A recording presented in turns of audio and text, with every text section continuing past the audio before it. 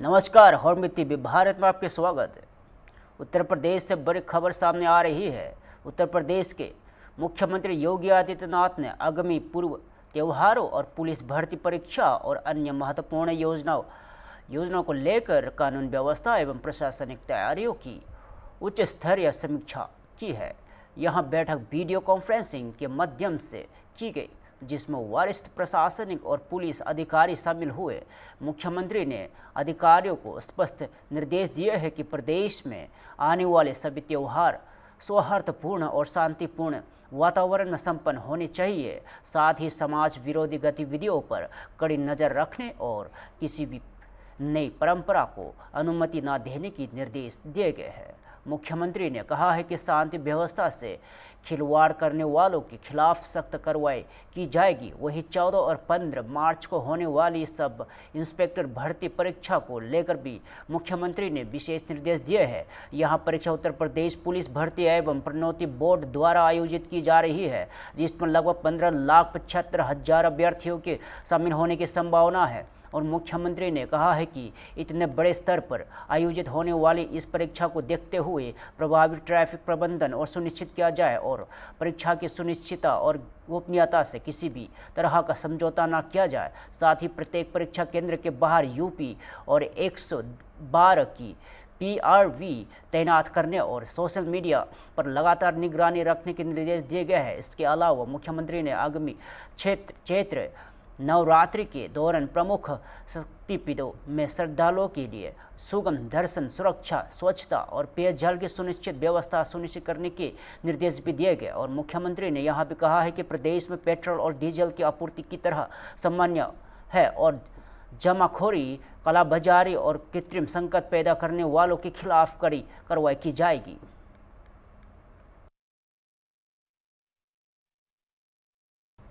Greater Noida से बड़ी खबर सामने आ रही है, जहां किसान का भुगतान रोके जाने के मामले में सख्त कार्रवाई की गई है। दरअसल यमुना एक्सप्रेसवे औद्योगिक विकास प्रौद्योगिकीकरण में एक बुजुर्ग किसान को जमीन की रजिस्ट्री के बाद भुगतान न मिलने का मामला सामने आया है। यहां शिकायत जन सुनवाई के दौरान अधिकारियों के सामने आई, जिसके बाद प्राधिकरण ने इसे गंभीरता से लिया और मामले में कार्रवाई करते हुए प्राधिकरण के CEO अरुणवीर सिंह ने GM फाइनेंस अशोक कुमार के समेत 3 अधिकारियों को कारण बताए और नोटिस जारी किया गया है। और CEO ने स्पष्ट किया है कि जमीन रजिस्ट्री के बाद भी किसान को भुगतान न मिलना प्रशासनिक स्तर पर गंभीर लापरवाही है और संबंधित अधिकारियों का अंतिम चेतावनी देते हुए उससे तत्काल जवाब तलब किया गया है। और प्राधिकरण से यह भी संकेत दिया गया है कि संतोषजनक जवाब न मिलने की स्थिति में आगे कड़ी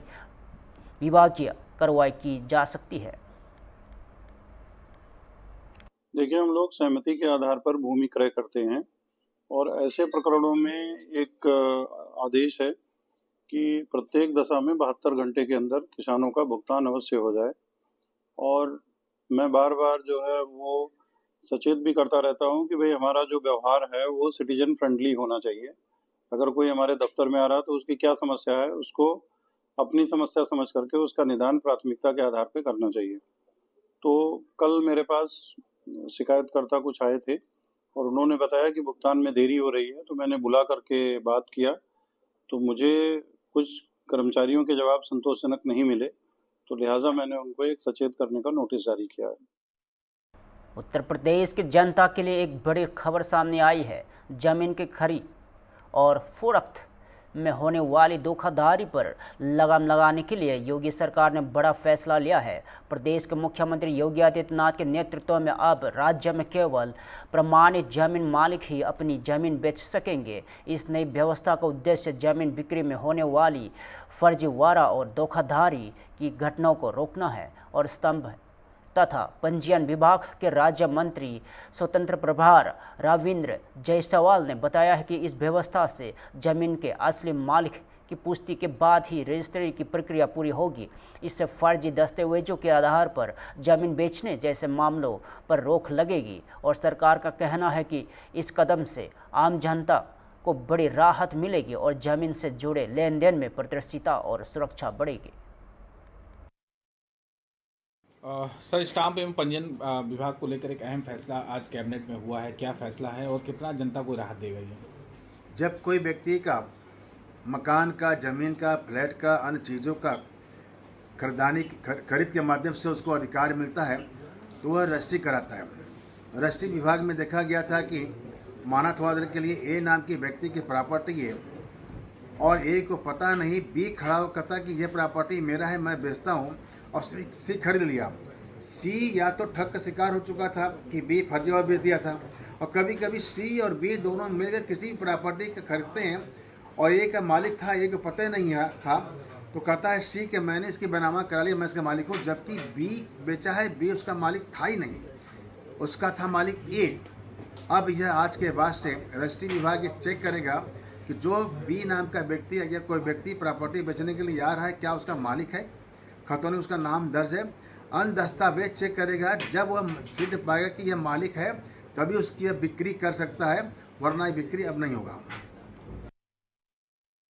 राजधानी लखनऊ से बड़ी खबर सामने आ रही है। विवादों में घिरे स्वामी अभिमुक्तेश्वरानंद सरस्वती अपनी न्याय प्रतिकार यात्रा के तहत राजधानी लखनऊ पहुंचे हैं। जानकारी के मुताबिक शंकराचार्य फिलहाल लखनऊ के आशियाना इलाके में स्थित एक अतिथि गृह में ठहरे हुए हैं और बताया जा रहा है कि शंकराचार्य अभिमुक्तेश्वरानंद सरस्वती ने हालिया विवादों के बीच योगी सरकार के खिलाफ अपना रुख कड़ा कर लिया है और सूत्र के अनुसार उन्होंने अपनी यात्रा के माध्यम से सरकार के फैसलों के खिलाफ आवाज़ उठाने और न्याय की मांग करने का संकल्प लिया है। इस पूरे घटनाक्रम के बीच प्रदेश की सियासत में भी हलचल तेज हो गई है। वही मुख्यमंत्री योगी आदित्यनाथ की सरकार को लेकर शंकराचार्य की नाराजगी साफ तौर पर सामने आ रही है। अब अभी सभी की नज़र इस बात पर टिकी है कि उनकी यह न्याय प्रतिकार यात्रा आगे क्या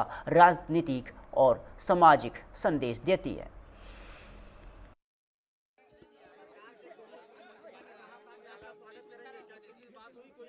अपने घर से कर रहे होंगे, जैसे बटुकों का कर दिया था वहीं से कर रहे होंगे। हाँ, वहीं से बैठे बैठे कर रहे होंगे। जो आप अपनी यात्रा लेकर निकले हुए इसके लिए सरकार से क्या कहना चाहेंगे? सरकार से हम लोग अपने इस संदर्भ के जो उद्गार हैं उनको 2 बजे व्यक्त करने ही जा रहे हैं। हाँ, आह्वान है या सरकार को एक चेतावनी? दोनों है। चलो। पश्चिम बंगाल की राजनीति को लेकर एक बड़ा बयान सामने आया है। कोलकाता में बिहार के उप मुख्यमंत्री विजय कुमार सिन्हा ने पश्चिम बंगाल की मुख्यमंत्री ममता बनर्जी पर तीखा हमला बोला है।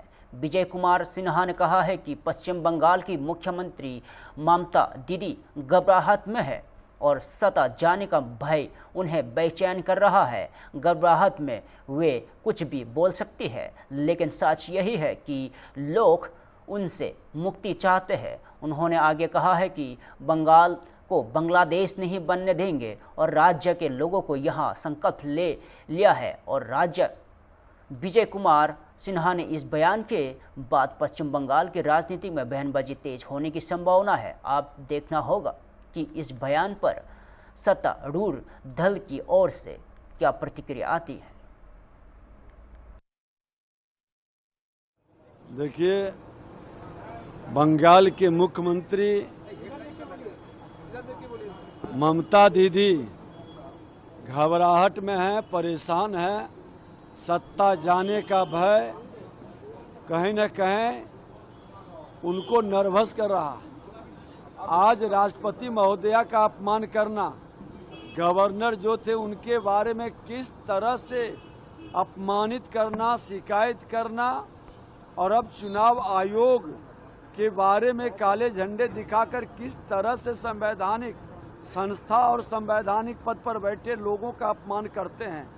घबराहट में ये कुछ भी बोल सकती हैं, लेकिन सच यही है, कल हमने यहाँ की जनता की भावनाओं को देखा है। लोग इनसे मुक्ति चाहता है। बंगाल को बांग्लादेश नहीं बनने देंगे।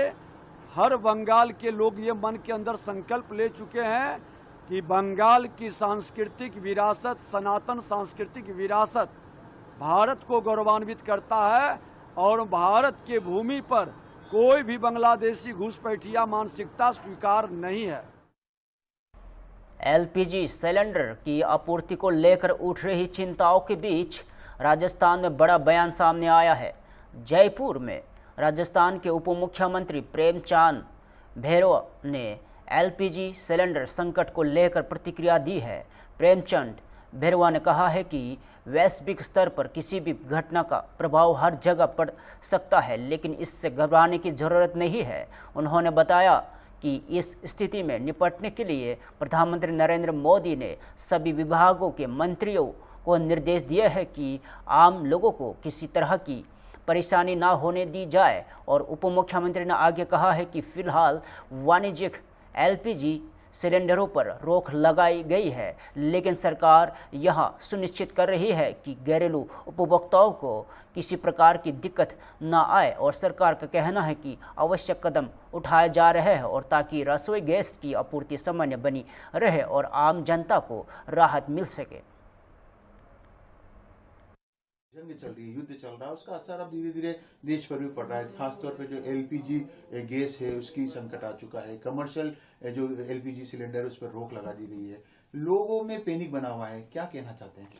देखिए, इस तरह की एक वैश्विक के ये प्रभाव सब जगह पड़ सकता है, इसमें कोई दिक्कत नहीं, लेकिन इसके सामना करने के लिए हमारे यशस्वी प्रधानमंत्री नरेंद्र मोदी जी ने सभी डिपार्टमेंट्स के मंत्रियों से उन्होंने सभी को आदेशित किया है भाई किसी प्रकार की इस तरह की समस्या नहीं आए।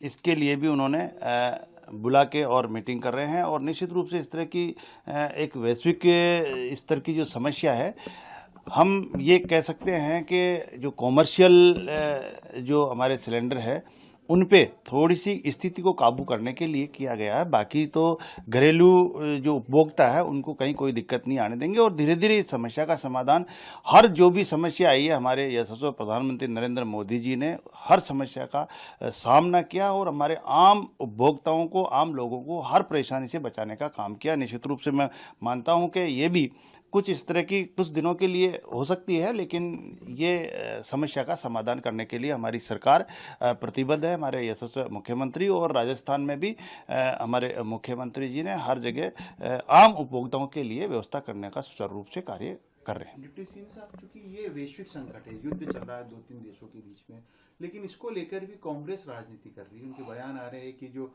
भारत की नीति वो सही नहीं है, जो सिलेंडरों का एलपीजी का जो संकट आया है उसको लेकर सरकार कुछ नहीं कर रही। आपको नहीं लगता कि जब वैश्विक संकट होता है, देखो वैश्विक संकट आता है तो थोड़ी दिक्कत आ सकती है, लेकिन उसका समाधान करने के लिए हमारी सरकार प्रतिबद्ध है, कार्य कर रही है। निश्चित रूप से इन लोगों को इस तरह का मुद्दा उठाना, ये तो जब उनकी सरकार रही तो ऐसी समस्याएं पता नहीं कितनी बार आई होगी, लेकिन इसका समाधान जो करने का काम कर रहे हैं हमारे यशस्वी प्रधानमंत्री जी, हमारी सरकार निश्चित रूप से आने वाले समय में आम उपभोक्ताओं को किसी प्रकार की कोई दिक्कत नहीं आने देंगी। बाकी जो कमर्शियल ये भी धीरे धीरे सबको ठीक हो जाए।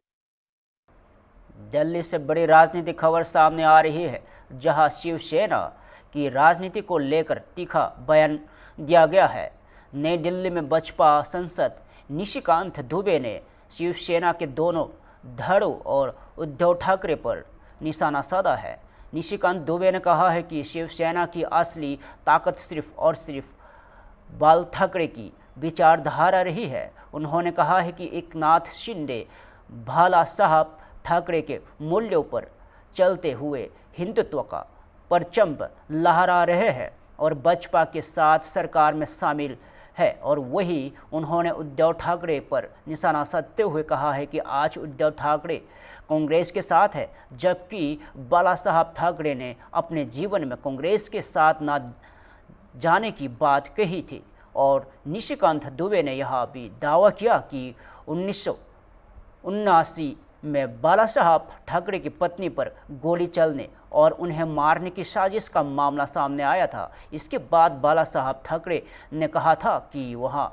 मरना पसंद करेंगे, लेकिन कभी भी इंदिरा गांधी या कांग्रेस के साथ नहीं जाएंगे।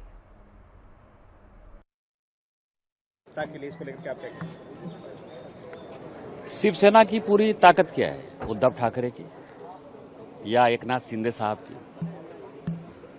दोनों की ताकत बाला साहब ठाकरे हैं। बाला साहब ठाकरे के मूल्यों पर चलकर एकनाथ शिंदे जी हिंदुत्व का परचम लहरा रहे हैं और भारतीय जनता पार्टी के साथ सरकार में शामिल है। अब जो मैंने बताया कल पार्लियामेंट में, जिसमें कि शिवसेना के अरविंद सावंत, जिसको कोई जानकारी नहीं इतिहास की, भूगोल की, 1969 में बाला साहब ठाकरे की तो बात छोड़िए, उनकी पत्नी, जिनको कि सभी भगवान की तरफ पूछते हैं, मीनाताई ठाकरे, उनके ऊपर गोली चली, उनको मारने की साजिश हुई 69 में। उनका रिवॉल्वर का लाइसेंस कैसे कैंसिल हो, इसके लिए आपसे मुझे पार्लियामेंट में क्वेश्चन पूछा गया। मतलब न वो एमपी थे, न एमएलए थे, न शिवसेना कोई बहुत बड़ी थी। और जब उनको 76-77 के आसपास इसके पूरे साजिश का पूरा पता चला कि ये पूरे कांग्रेस ने उनको जानबूझकर क्लब करने के लिए कहा था, तो उन्होंने एक बड़ा अच्छा भाषण दिया कि मैं जीवन में मरना पसंद करूंगा, जहर खाना पसंद करूंगा, लेकिन कभी भी इंदिरा गांधी के साथ नहीं जाऊंगा, कभी भी कांग्रेस के साथ नहीं जाऊंगा, कभी भी इस तरह के हत्यारों के साथ नहीं जाऊंगा। और आज वही उद्धव ठाकरे कांग्रेस के साथ सरकार बना के, उनके सलाहकार कौन हो गए हैं? संजय राउत। उनके सलाहकार कौन हो गए? अरविंद सावंत। ये सारे लोग जिनको कि हिंदुत्व से नहीं लेना देना है, केवल सत्ता प्राप्ति के लिए, केवल झूठ बोलकर, केवल मोदी जी के विरोध के लिए आइडियोलॉजी की तिलांजलि देते हैं। ये सबसे महत्वपूर्ण बात है और यही बात हमने कही है। इम्पोर्टेंट बात ये है। T20 वर्ल्ड कप में भारत की जीत के बाद जश्न का माहौल है और खिलाड़ियों के परिवारों में भी खुशी का लहर है। अमृतसर में भारतीय क्रिकेटर अभिषेक शर्मा के पिता राजकुमार ने बेटे की उपलब्धि पर गर्व जताया है। राजकुमार ने कहा है कि यह मेरे परिवार के आशीर्वाद और समर्थन का ही परिणाम है कि अभिषेक इतना शानदार प्रदर्शन कर पाया। और उन्होंने कहा है कि भारत का 2 बार आईसीसी पुरुष T20 विश्व कप जीतने देश के लिए बहुत गर्व की बात है। उन्होंने आगे कहा है कि टीम के खिलाड़ियों में शुरू से ही आत्मविश्वास था कि वे टूर्नामेंट जीत सकते हैं। साथ ही उन्होंने कहा है कि यह मेरे लिए गर्व का क्षण है कि अभिषेक दुनिया का नंबर 1 खिलाड़ी बन गया है और भारत की इस जीत के बाद देश भर में जश्न का माहौल है और क्रिकेट प्रेमी टीम इंडिया की इस उपलब्धि पर गर्व महसूस कर रहे हैं। देखो जी, बहुत आज खुशी का दिन है और ये मेरी कॉलोनी नहीं है, मेरा परिवार है। ये सभी मेरे भाई बैठे हैं और इन्हों की वजह से ही आज अगर हम कहीं अभिषेक पहुंचा है तो इनके आशीर्वाद से पहुंचा है। इन्होंने सब ने आशीर्वाद दिया है, तो मेरे को इन्होंने सभी ने बोला कि आप जाओ, अभिषेक को प्यार दो और उसको आशीर्वाद दो। तो मैं इनके कहने पे, ये मेरे सब भाई हैं, इनके कहने में मैं अहमदाबाद गया और अभिषेक से मिला और उसको मैंने बोला कि सारी कॉलोनी वाले तेरे लिए प्रेयर कर रहे हैं कि तू अच्छी परफॉर्म में आए, अच्छी परफॉर्मेंस दें। तो वो बहुत खुश हुआ और मैंने बोला कि सारे मेरे भाई जितने होली सिटी के हैं सब ने आशीर्वाद भेजा है, ये भगवान तेरे को कृपा करेगा। तो बहुत खुश हुआ। आज वो अच्छा दिन आया कि अभिषेक ने अच्छी परफॉर्मेंस दी फाइनल में, बड़ी खुशी, वर्ल्ड कप जीता। और ये बहुत खुशी का दिन है कि अगर हिंदुस्तान ने ये डबल 2 टाइम ये वर्ल्ड कप जीता है और ये बहुत किस्मत वाली बात है कि ये सब प्लेयर वहाँ पे इतने अच्छे माहौल में थे, सभी में बहुत कॉन्फिडेंस था कि हम जीतेंगे। और ये वर्ल्ड कप नहीं है, ये हिंदुस्तान ने सारे वर्ल्ड में अपनी क्रिकेट का डंका बजा दिया है कि हम दुनिया के नंबर 1 प्लेयर हैं। आज कैसे वेलकम किया आप लोगों वालों ने, सेलिब्रेट किया? मैं आज अमृतसर अपनी होली सिटी रेजिडेंस में आया हूँ। ये मेरा परिवार है, सब मेरे भाई बैठे हैं। मैं सबके टी टेबल है ये होली सिटी का और यहाँ मैं सबके पास आया हूँ। इनका मेरे को आशीर्वाद है, हर मैच में मेरे को आशीर्वाद देते हैं। मैं इनका हाथ जोड़ के सबको नमस्कार करता हूँ। हाँ, इन्होंने मेरे लिए, जो अभिषेक ने जो अच्छा रन किए, वर्ल्ड कप जीता, उसके लिए केक रखा, केक काटा है। ये मैं सबका धन्यवाद करता हूँ कि इन्होंने मेरे लिए इतना प्यार दिया। तो कितना गर्व की बात की बेटे की वजह से आप इतना फेमस हो रहे हैं, आपका वेलकम हो रहा है, लोग आपको जानते हैं, कितना गर्व महसूस होता है जब ये तो बड़ी खुशी की बात है जी। ये मेरे लिए तो ये बहुत, मैं भगवान के आगे हाथ जोड़ता हूँ कि इतना अच्छा दिन लेके आए हैं। ये बहुत गर्व की बात है कि अभिषेक जो दुनिया का वर्ल्ड का नंबर 1 प्लेयर बना है और वो ऐसे ही रहे। हम सब की उसको आशीर्वाद है कि वो आगे ऐसे खेलता रहे और हम ऐसे ही खुशियां मनाते रहें और अमृतसर वासियों को प्यार ऐसे मिलता रहे उसको। और ये गुरु की नगरी है, ये बहुत कर्मों वाली धरती है। यहाँ बहुत बड़े बड़े प्लेयर पैदा हुए, बड़े बड़े कलाकार पैदा हुए और यहाँ से जो भी अमृतसर से यहाँ से आगे गया है उसने दुनिया में नाम पैदा किया है। और ये अमृतसर पवित्र धरती है और मैं नमस्कार करता हूँ। और सारी होली सिटी जो अमृतसर मेरी कॉलोनी है, मैं सबको नमस्कार करता हूँ और सबका धन्यवाद करता हूँ कि अभिषेक को उन्होंने सबने प्यार दिया। और नई दिल्ली में शिवसेना की सांसद प्रियंका चतुर्वेदी ने संसद सत्र के दौरान सरकार की तैयारियों पर सवाल खड़े किए हैं। प्रियंका चतुर्वेदी ने कहा है कि संयुक्त राज्य अमेरिका पहले से ही ईरान पर कार्रवाई की बात कर रहा था और युद्ध शुरू होने से 2 दिन पहले प्रधानमंत्री नरेंद्र मोदी इजरायल पहुंचे थे। उन्होंने आरोप लगाया कि युद्ध की शुरुआत इजरायल की ओर से हुई और अमेरिका ने उसका समर्थन किया। उन्होंने संसद में दिए गए जवाब का हवाला देते हुए कहा है कि पेट्रोलियम मंत्री के मुताबिक भारत के पास करीब 72 दिनों का तेल था और बंदर था और साथ ही एलपीजी और एलएनजी के पर्याप्त स्टॉक होने के बाद भी कही गई। हालांकि प्रियंका चतुर्वेदी ने सवाल उठाते हुए कहा है कि जब अंतर्राष्ट्रीय बाजार में तेल की कीमतें कम थी तब आम जनता को कोई फ़ायदा नहीं मिला और अब तेल कंपनियों को मुनाफा होता रहा। तो लेकिन जैसे ही कीमतें बढ़ी तो गैस सिलेंडर के दाम बढ़ा दिए गए। और उन्होंने यह भी कहा है कि गैस पर निर्भर कई उद्योग प्रभावित हो रहे हैं और पुणे में एक शवदाह गृह में भी बंद करना पड़ा है। उन्होंने सरकार से पूछा है कि इस तरह की स्थिति के लिए पहले से क्या तैयारियां की गई थी। तमाम रेस्टोरेंट एसोसिएशन की तरफ से लेटर भी लिखा गया है। देखिए, जिस तरीके का माहौल बन रहा था, यूएसए लगातार बोल रहा था ईरान पे किसी तरीके की कार्रवाई करेंगे। 2 दिन पहले वॉर छिड़ने से पहले हमारे खुद के देश के प्रधानमंत्री इजरायल जंग सबसे पहले जो छिड़ी है वो इजरायल की तरफ से छिड़ी है और यूएस ने उसमें समर्थन दिया है। तो ये सब जानने के बावजूद पिछले बजट सेशन में जब ब्रेक हुआ था बीच में, जो इसी सेशन में सत्र में पेट्रोलियम मिनिस्टर ने फ्लोर ऑफ द हाउस पे जवाब दिया है कि हमारे पास 72 दिन का ऑयल रिजर्व्स हैं, एलपीजी स्टॉक है, एलएनजी पे कोई किल्लत नहीं है, हमने सब we are prepared for the disruptions. और पहले ही हफ्ते में जब डिस्काउंटेड ऑयल मिलता था उसका जो एडवांटेज है जनता को नहीं मिलता था। वो ऑयल रिजर्व्स प्रॉफिट करती थी, ऑयल कंपनीज प्रॉफिट करती थी और हमारा सरकार प्रॉफिट करती थी। जनता को उसकी कोई तरीके का एडवांटेज नहीं मिला। पर जैसे ही फर्स्ट साइन ऑफ डिस्ट्रेस हुआ, एलपीजी गैस सिलेंडर के दाम बढ़ा दिए। एलपीजी गैस सिलेंडर के दाम बढ़ाए पर साथ ही साथ राशन भी करने लग गए डोमेस्टिक यूज के लिए। कमर्शियल यूज का तो ये हाल है कि आज जो मैन्युफैक्चरिंग इंडस्ट्रीज हैं जो गैस पे निर्भर हैं उनको अपना प्रोडक्शन कट डाउन करना पड़ रहा है। सारी जो रेस्टोरेंट इंडस्ट्री है, होटल इंडस्ट्री है, उन्होंने कहा है महाराष्ट्र हो कर्नाटका हो, वहां से ये बातें आ रही हैं। यहाँ तक कि इलेक्ट्रिक क्रेमेटोरियम्स जो चल रहे थे पुणे में वो बंद कर दिए गए हैं। तो आपने क्या तैयारी की थी? क्या आपको युद्ध का संदेशा नहीं था, अंदाज नहीं था होने वाला है? तो अब प्रधानमंत्री बैठक ले रहे हैं तो हाँ, ये दिखाता है कि उनके लिए प्राथमिकता बन गई है। अब पूरे देश भर में आपने एस्मा लागू कर दिया है, आपने राशन कर दिए हैं, शॉर्टेज पड़ रही है, तो वो आगे बढ़कर उन्होंने मीटिंग ली है। मैं उम्मीद करती हूँ उससे किसी तरीके से जनता को फायदा होगा। एलपीजी गैस के सिलेंडर बड़े ही बड़े, साथ में एयरलाइंस के सरचार्ज, फ्यूल सरचार्ज बढ़ने लग गए हैं। तो यानी जनता सारी मार खाए और एक अनप्रिपेयर्ड गवर्नमेंट की वजह से सारा भार जनता पे पड़े, ये कहां तक सही है? ग्लोबल पीयूष गोयल साहब का बयान आया है, he said absolutely no shortage of fuel.